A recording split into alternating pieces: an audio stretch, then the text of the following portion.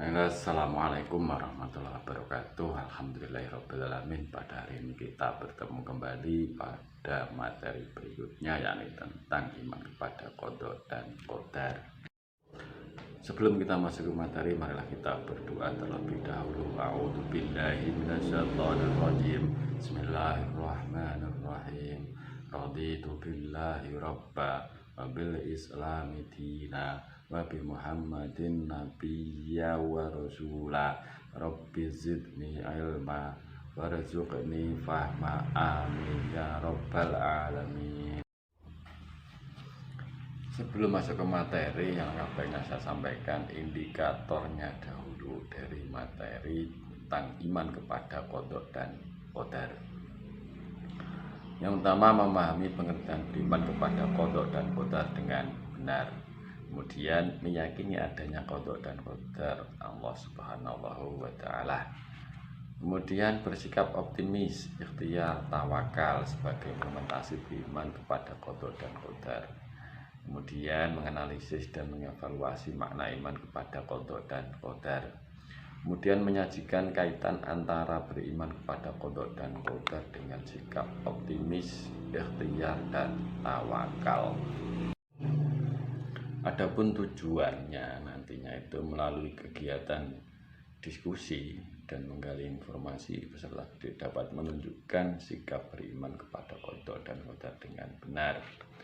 Melalui tayangan video pembelajaran, siswa dapat berpegang teguh pada sikap beriman kepada qada dan qadar dengan benar. Melalui diskusi, peserta didik dapat merumuskan sikap beriman kepada qada dan qadar. Melalui pembelajaran tayangan video, peserta didik dapat mengintegrasikan sikap beriman kepada qada dan qadar dengan sikap optimis, ikhtiar, dan tawakal. Jadi nanti kita itu membulatkan mengintegrasikan itu. Nah, maksudnya ini, ketika kita berusaha, ketika kita bertawakal, itu kita mengimani qada dan qadarnya Allah yang diberikan kepada kita. Nah, itu nanti seperti apa dan bagaimana. Kemudian mengikuti pelajaran melalui diskusi, siswa dapat memerinci sikap iman kepada qada dan qadar dengan benar. Setelah mengamati, memahami tayangan video dan praktek sikap optimis, ikhtiar, dan tawakal. Yang terakhir, setelah mengikuti pembelajaran ini, diharapkan nantinya kita itu dapat mengamalkan dan mengembangkan sikap optimis, ikhtiar, tawakal dalam kehidupan sehari-hari. Oke, sekarang kita masuk ke materi, yakni iman kepada qada dan qadar. Iman kepada qada dan qadar, jadi nantinya itu yang kita bahas. Yang pertama adalah pengertian iman kepada qada dan qadar. Yang kedua, mengimani qada dan qadar dengan ikhtiar dan tawakal. Yang ketiga, tanda-tanda beriman kepada qada dan qadar. Kemudian manfaat atau hikmah iman kepada qada dan qadar. Pengertian iman kepada qada dan qadar. Iman itu artinya pengakuan secara lisan yang dibenarkan dalam hati dan diamalkan, diaplikasikan di dalam perbuatan. Namanya iman. Jadi antara hati, lisan, kemudian perbuatan itu sama.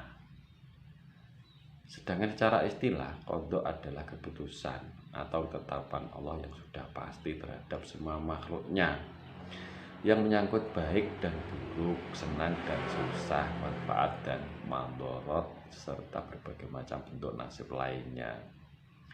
Adapun pengertian qadar secara bahasa adalah ukuran, kadar atau aturan. Sedangkan secara istilah artinya keputusan atau ketetapan Allah terhadap semua makhluknya berdasarkan sebab akibat, baik suatu hal yang sudah terjadi, sedang terjadi, maupun yang akan terjadi. Nah, di sini maksudnya qadar itu artinya ada hukum sebab akibat di sana itu ya. Istilah qada dan qadar dalam kehidupan sehari-hari itu biasa kita sebut dengan istilah takdir. Jadi iman kepada takdir Allah berarti mempercayai dengan sungguh-sungguh terhadap keputusan atau ketentuan atau ketetapan Allah yang berlaku bagi semua makhluknya, baik itu yang sudah terjadi, yang sedang terjadi, maupun yang akan terjadi. Takdir itu dibagi menjadi dua. Yang pertama adalah takdir mubram, di mana takdir ini merupakan takdir yang harus terjadi atau harus diterima oleh semua makhluk dan tidak dapat dielakkan lagi. Jadi semua makhluk sudah tidak dapat apa-apa, apes cara Jawanya. Contoh seperti jenis kelamin, kita tidak bisa merubah jenis kelamin ya, walaupun operasi dan lain sebagainya itu apa. Kemudian warna kulit, kemudian mati, kita tidak bisa mengulur atau memajukan kematian, kiamat apalagi, dan yang lain-lain. Jadi takdir mubram itu merupakan cara Allah menyadarkan umat manusia agar selalu mengakui segala keterbatasannya, sehingga jauh dari sifat sombong, angkuh, takabur, dan sebagainya. Jadi manusia itu termasuk makhluk yang penuh dengan keterbatasan di sana, sehingga dengan seperti itu kita bisa mengagungkan Allah. Yang kedua yakni takdir mu'alaq, di mana takdir ini bisa berubah sesuai dengan ikhtiar dan doa dari manusia itu pun dalam tanda kutip, artinya jika Allah menghendaki. Contoh kaya, miskin, sehat, sakit, sukses, belajar, dan lain-lain. Takdir mu'alaq ini merupakan cara Allah memberi keleluasaan kepada manusia. Jadi manusia diberi pilihan agar berusaha, bekerja, belajar, dan berbuat kebaikan serta mampu menghasilkan sesuatu yang bermanfaat dan memudahkan hidupnya. Oke, kita melanjutkan ke submateri berikutnya. Yang kedua yakni mengimani qada dan qadar dengan ikhtiar dan tawakal. Dalam mengamalkan iman kepada qada dan qadar atau ketetapan dan aturan Allah, itu umat muslim hendaknya memiliki sikap ikhtiar dan tawakal. Ikhtiar, apa toh ikhtiar itu? Ikhtiar itu artinya berusaha dengan bersungguh-sungguh, baik lahir maupun batin. Jadi secara lahir dan batin untuk mencapai apa yang dicita-citakannya. Ikhtiar itu merupakan tindak lanjut dari peluang yang diberikan Allah kepada manusia yang berupa takdir mu'alaq. Ikhtiar sama artinya dengan usaha yang bersifat lahiriah, rasional, dan kasat mata, diketok kelihatan, serta bisa diukur indikatornya secara kuantitatif. Misalkan orang yang rajin bekerja akan memperoleh hasil yang lebih banyak daripada orang yang malas, atau orang yang mau belajar insya Allah akan berhasil daripada mereka yang tidak mau belajar, seperti itu. Nah, perhatikan firman Allah Subhanahu wa Ta'ala dalam Quran surat Al-Anbiya tersebut ayat 90. Di sana itu Allah Ta'ala menganjurkan kepada manusia untuk segera berbuat kebaikan. Berikutnya adalah tawakal. Setelah ikhtiar, tawakal. Kata tawakal menurut bahasa artinya berserah diri kepada Allah atau menggantungkan diri kepada Allah. Menurut istilah, tawakal artinya berserah diri kepada qada dan qadarnya Allah setelah berusaha atau ikhtiar sekuatnya sesuai dengan kemampuan dan kewajibannya sebagai manusia. Menurut Imam Ahmad Al-Ghazali, seorang filsuf besar, berpendapat bahwa Tawakal itu adalah menyandarkan kepada Allah ketika menghadapi suatu kepentingan, bersandar kepadanya dalam waktu kesukaran, teguh hati ketika ditimpa bencana, disertai jiwa yang tenang dan hati yang tentram. Hal ini memberikan pemahaman bahwa tawakal itu terkait erat dengan ikhtiar, atau dapat disimpulkan bahwa tiada tawakal tanpa ikhtiar. Nah, untuk anjuran bertawakal, kita bisa melihat firman Allah dalam Quran surat Al-Imran ayat 159. Di sana dinyatakan bahwa setelah semuanya manusia itu berusaha, maka yang terakhir dianjurkan untuk bertawakal kepada Allah, seperti itu. Lalu bagaimana hubungan antara ikhtiar dan tawakal? Islam itu melarang kita untuk menganut paham fatalisme. Artinya paham atau ajaran pasrah pada nasib tanpa usaha atau ikhtiar. Muhammad bin Abdul Wahab, seorang pemikir Islam, mengatakan bahwa tawakal itu merupakan pekerjaan hati manusia dan puncak tertinggi keimanan. Hamka, seorang ulama kelahiran Minangkabau, menyatakan bahwa belum berarti iman kalau belum tiba di puncak tawakal. Masuk ke submateri yang ketiga, tanda-tanda beriman kepada qada dan qadar. Jadi seseorang yang beriman kepada qada dan qadar itu ada tanda-tandanya, Ya seperti kalau mau hujan biasanya tanda-tandanya mendung, seperti itu. Yang pertama, iman kepada qada dan qadar itu tanda-tandanya adalah orang tersebut mendapat ketenangan jiwa dan kebahagiaan hidup. Ketika sedang memperoleh rezeki dan kesenangan, kita akan bersyukur kepada Allah. Sebaliknya, jika dalam kesusahan, kita tetap bersikap sabar dan berusaha mengatasi cobaan yang diberikan oleh Allah. Memiliki sifat khauf kepada Allah. Maksud dari khauf adalah takut. Artinya segala sesuatu yang ada di muka bumi ini terjadi karena kehendak Allah. Selain itu tidak. Jika Allah menghendaki, apapun bisa terjadi. Oleh karena itu kita harus memiliki sifat khauf terhadap Allah, termasuk takut berbuat dosa. Karena apa? Karena akan dimintai pertanggungjawaban di akhirat kelak nantinya. Memiliki sifat roja kepada Allah. Roja itu berarti mengharap ridhonya Allah dengan melakukan perbuatan secara ikhlas karena Allah.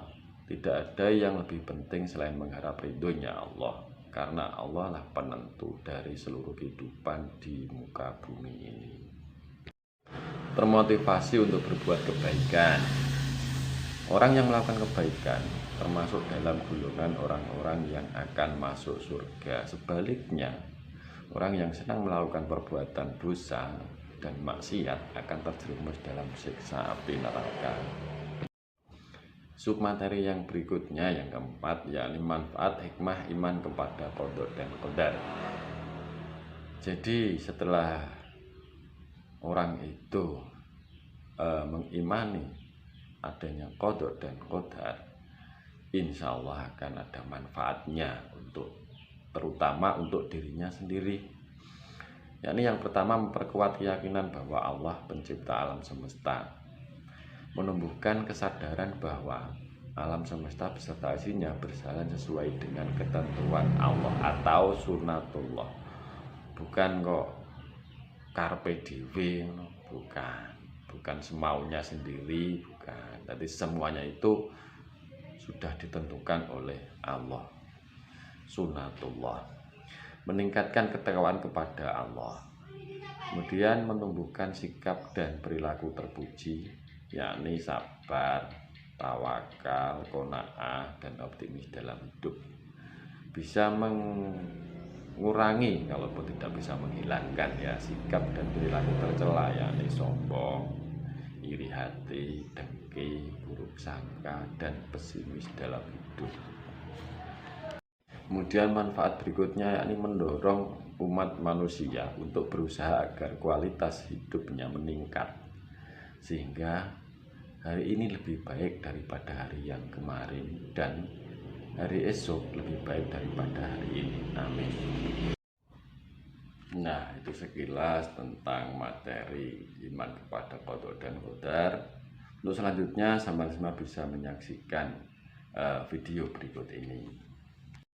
Assalamualaikum warahmatullahi wabarakatuh. Pada pembelajaran pagi ini kita akan belajar tentang qada dan qadar. Sebelum belajar, mari kita berdoa terlebih dahulu. Berdoa dimulai. Berdoa selesai.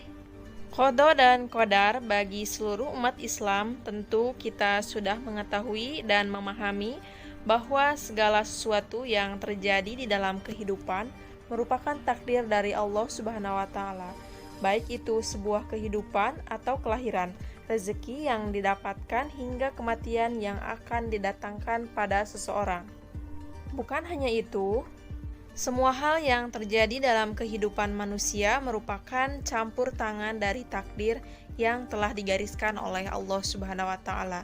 Dengan begitu, seluruh umat muslim sudah semestinya mempercayai hal ini, bahwa Allah Subhanahu wa Ta'ala adalah Zat yang Maha Kuasa, yang Maha memiliki segala kekuatan untuk menciptakan dan memberikan keputusan dalam berbagai urusan manusia dan makhluk hidup lainnya.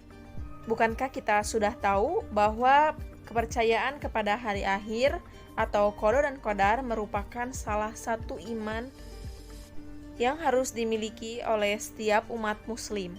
Baik, kita akan belajar mulai dari pengertian, dalil, jenis, kisah, dan hikmah. Pengertian qada menurut bahasa yaitu hukum, ketetapan, keputusan, pemerintah, kehendak, mewujudkan pemberitahuan dan penciptaan. Sedangkan menurut istilah Islam, yaitu suatu ketetapan Allah Subhanahu wa Ta'ala terhadap makhluknya sejak zaman azali sesuai dengan kehendaknya tentang segala sesuatu yang berkenaan dengan makhluk. Contohnya seperti usia, penciptaan bumi. Sedangkan qadar menurut bahasa yaitu hukum, kepastian, peraturan, dan ukuran, ketentuan suatu perkara mengikuti kadar yang tertentu. Selanjutnya, menurut istilah Islam, yaitu perwujudan kehendak Allah Subhanahu wa Ta'ala terhadap semua makhluknya dalam kadar dan bentuk tertentu sesuai dengan irodahnya. Contohnya seperti usia manusia, misalnya sampai 63 tahun. Seperti yang sudah Ibu sebutkan, meskipun terdengarnya mirip antara qada dan qadar, tetapi tentunya ini berbeda. Qada dapat diimplementasikan sebagai putusan Allah Subhanahu wa Ta'ala pada azali atau mengenai suatu hal yang akan menjadi apa kelak. Sedangkan qadar merupakan realisasi Allah Subhanahu wa Ta'ala atas qada terhadap diri manusia sesuai dengan kehendaknya. Dengan begitu dapat disimpulkan bahwa qada merupakan suatu kehendak Allah Subhanahu wa Ta'ala yang terjadi di kemudian hari atau yang akan terjadi di kemudian hari. Sementara qadar merupakan bentuk realisasi atau bentuk nyata dari kehendak yang telah ditetapkan oleh Allah Subhanahu wa Ta'ala, yaitu suatu hal yang sudah terjadi saat ini atau sudah terrealisasi. Misalnya kita belajar hari ini. Contoh lain misalkan qada itu tentang Allah yang menciptakan bumi. Sedangkan qadar yaitu ketentuan Allah sejak azali bahwa manusia akan diciptakan untuk mendiami bumi dengan berbagai ketetapan. Kalau qada tentang penciptaan bumi, kalau qadar tentang manusia sudah mendiami bumi. Ngerti ya maksudnya? Selanjutnya, takdir, yaitu suatu ketentuan peristiwa yang terjadi karena pilihan makhluk itu sendiri, yang akan dipertanyakan dan dimintai pertanggungjawaban oleh Allah Subhanahu wa Ta'ala di mahsyar kelak. Rasulullah Shallallahu alaihi wasallam bersabda, "Hendaklah kamu beriman kepada adanya takdir yang baik dan yang buruk, manusia manis dan pahit. Semuanya dari Allah Subhanahu wa Ta'ala." Maksudnya bahwa segala sesuatu yang terjadi pada kita saat ini adalah atas kehendak dan ketetapan Allah Subhanahu wa taala. Dalil takdir Allah Subhanahu wa taala, yang artinya sesungguhnya kami menciptakan segala sesuatu menurut ukuran.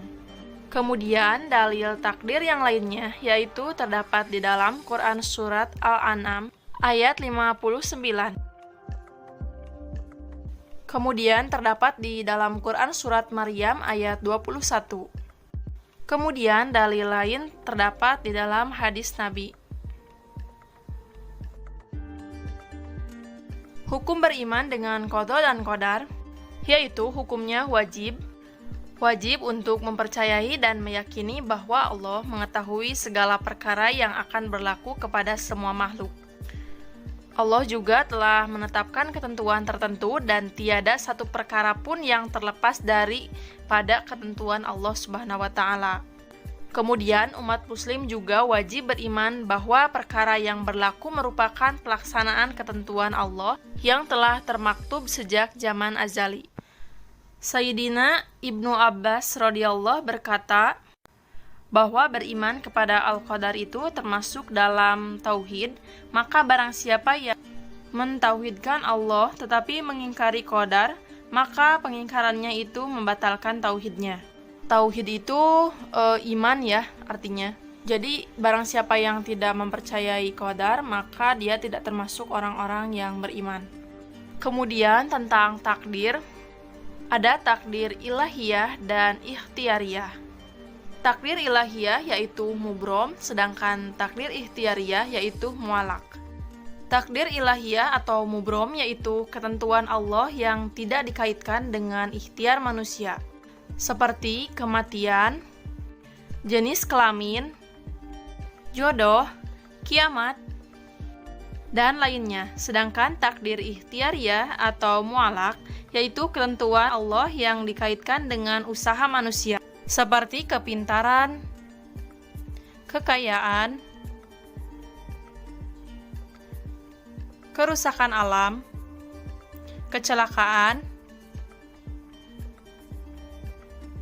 dan lain sebagainya. Sekarang kita akan belajar dari peta kehidupan. Mari kita lihat bersama. Di sini menggambarkan untuk pertama kalinya manusia berasal dari alam roh. Di alam ini berisi tentang perjanjian, yaitu Allah Subhanahu wa taala bertanya kepada para roh, "Apakah kamu mengakui bahwa diriku adalah Tuhanmu?" Kemudian mereka menjawab, "Benar, bahkan kami menyaksikannya." Cerita ini diambil dari Quran surat Al-A'raf ayat 172. Silahkan dicek ya. Kemudian tahap kedua kita memasuki alam rahim. Menurut hadis 4, Imam An-Nawawi tercatat 4 perkara bagi manusia dalam alam rahim ini.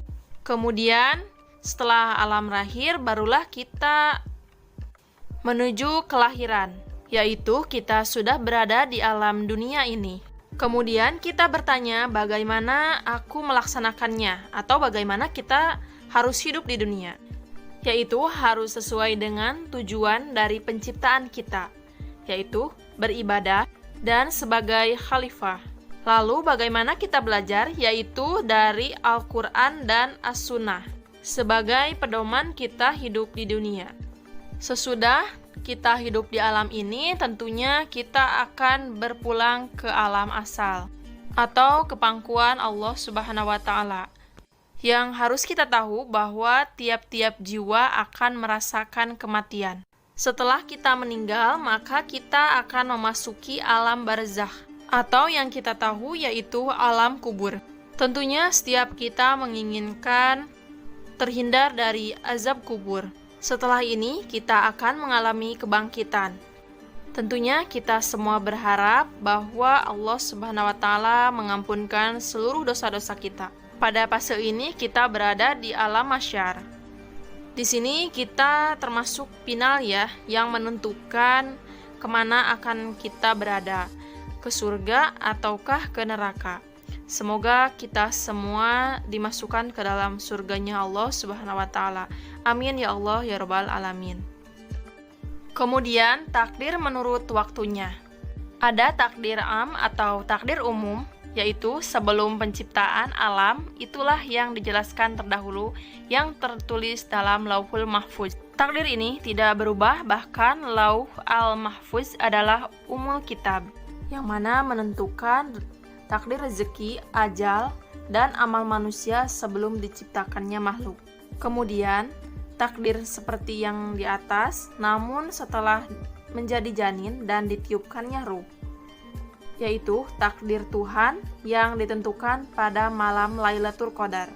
Kemudian takdir harian, seperti doa yang mustajab. Nah, itu ya, jadi ada satu takdir yang ditentukan berdasarkan doa-doa kita. Maka perbanyaklah kita berdoa yang baik. Kemudian ada 3 aliran takdir. Yang pertama adalah takdir Zabariyah, yang kedua Qadariyah, dan yang ketiga Asy'ariyah. Takdir Jabariyah yaitu segala sesuatu yang sudah ditetapkan dan manusia tidak punya kehendak atas segala sesuatu itu. Kemudian takdir Qadariyah yaitu manusia bebas berkehendak sesuai sesuka hatinya. Yang ketiga takdir Asy'ariyah yaitu menengahi, ada yang pasti tetap tak bisa diubah dan ada yang bisa diusahakan. Takdir Ikhtiariyah seperti kisah Pipo dan Emro. Yang belum tahu boleh cari tahu di Google ya. Kemudian mengenai musibah di Aceh yang terjadi pada tahun 2004, lantas bagaimana kita menyikapi musibah tersebut? Atau bagaimana kita menyikapi setiap musibah yang terjadi dalam kehidupan kita? Kemudian, hikmah. Yang pertama, hikmah yang bisa kita ambil yaitu melatih diri untuk banyak bersyukur dan bersabar. Yang kedua, menjauhkan diri dari sifat sombong dan putus asa. Yang ketiga, menumpuk sifat optimis dan giat bekerja. Yang keempat, menenangkan jiwa. Selanjutnya, hikmah yang bisa kita ambil lainnya yaitu bertambah yakin terhadap kuasa Allah, tidak sombong apabila berjaya, tidak kecewa apabila gagal, mendorong kita berusaha dengan rajin dan istiqomah, serta bersyukur apabila memperoleh nikmat dan tabah menghadapi cobaan. Itu saja materi yang bisa Ibu sampaikan pada hari ini. Semoga bermanfaat. Assalamualaikum warahmatullahi wabarakatuh. Nah, dari materi tersebut dapat kita simpulkan bahwa iman kepada qadar dan qadar itu hukumnya adalah wajib ain, karena iman kepada qadar dan qadar itu merupakan rukun iman. Di samping itu, iman kepada qadar dan qadar itu di sana kita harus meyakini dengan sepenuh hati secara lesan maupun perbuatan bahwa Allah Ta'ala menentukan semuanya. Qadar dan qadar itu ada yang biasa menyebutnya dengan takdir. Nah, di dalam takdir itu ada 2 hal, yakni takdir mubram dan takdir mu'allaq. Sehingga walaupun Allah sudah menentukan nasib manusia, tetapi manusia tetap dianjurkan untuk ikhtiar dan tawakal tetap. Kemudian untuk hikmahnya, hikmah iman kepada qadar dan qadar itu bahwa dalam keseharian manusia itu insya Allah bisa berbuat dengan baik untuk bekal nantinya hidup di akhiratnya. Nah, setelah sampean memahami apa yang saya sampaikan, kemudian telah mengamati, melihat dengan jelas video yang telah saya sajikan, yang terakhir sampean jawab pertanyaan-pertanyaan berikut ini. Yang pertama, jelaskan pengertian iman kepada qadar dan qadar. Kemudian tulis dalil beriman kepada qadar dan qadar. Yang ketiga, jelaskan kewajiban iman kepada qadar dan qadar. Terakhir, sebutkan hikmahnya bagi umat Islam, khususnya beriman kepada qada dan qadar. Nah, untuk jawabannya nantinya sampean bisa mengambil referensi dari internet ataupun dari media yang lain. Kemudian untuk pertemuan berikutnya, hasil dari jawaban itu kita diskusikan. Sebelum kita akhiri pertemuan hari ini dan semoga ada manfaatnya, marilah kita berdoa terlebih dahulu. A'udzubillahi minasyaitonirrajim. Bismillahirrahmanirrahim. Wal 'asri innal insana lafi khusrin illal ladzina amanu wa 'amilus sholihati wa tawassaw bil haqqi wa tawassaw bis sabr. Oke, semoga ada manfaatnya. Assalamualaikum warahmatullahi wabarakatuh.